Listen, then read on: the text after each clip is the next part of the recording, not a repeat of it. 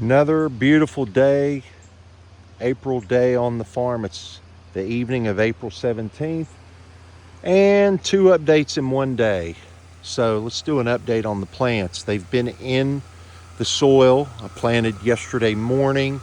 They're well over 30 hours in the pots, and they look like they've actually grown. They look really good and healthy. No wilting. They're over the shock and they're thriving. I've been feeding them the 20-20-20 high nitrogen mix into the drip system, and all 448 plants are thriving. I haven't had one single plant go awry. So to talk a little bit more about the high tunnel, some of the things I do, you'll notice 4 fans, 2 on this side and 2 there, staggered this way, staggered that way. These fans go in that direction, those fans come in this direction to keep kind of a circular airflow in here. And you'll notice these plants move. If I zoom in on it, they're shaking about all the time, right? Helping to keep moisture off the leaves.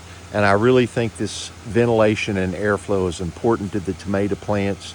Helps prohibit or, helps slow down any disease. I just think it's a good thing. And then once the flowers, tomato plants self-pollinate, right? So once they start popping flowers, you want that movement and airflow, so they'll self-pollinate as well. A few bumblebees get in here, but for the most part, it's a self-pollination process. The fan that you see to the far side of the tunnel, up in the cone, that's where all the heat, the really, really hot part of the high tunnel is up there in that cone. And that is thermostat controlled. When it gets up to 95, 98 degrees, it's sucking that, very similar to an attic fan in your home. And then of course I have the louvers here sucking the cooler air through to keep that going. So you can see the header line, the irrigation system with the goose lines, and they each have a stake going down in the soil feeding the plants.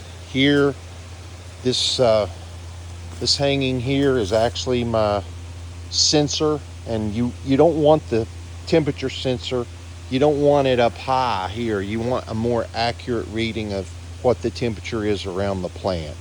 So that is what that controller is. And when I've got it set, when it gets 85 degrees in this high tunnel, these sides come up. They stagger up a foot at a time.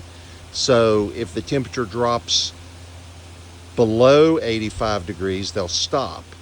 But if the temperature keeps trying to get above 85 degrees, the sides will roll up to that mark, which will bring an additional, same on the other side, it'll bring an additional airflow and try to keep it cooled down.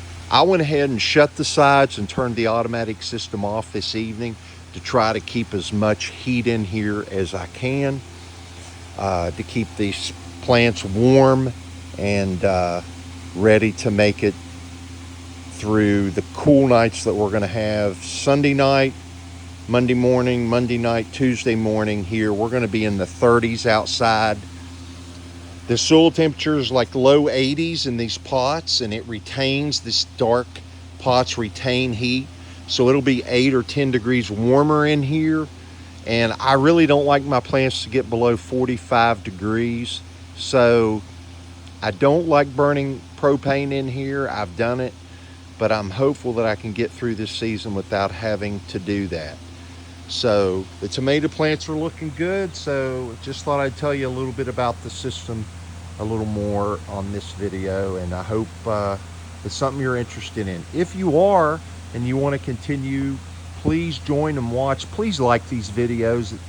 I'd just like to know somebody gets something out of them, and add me, and we'll till next time.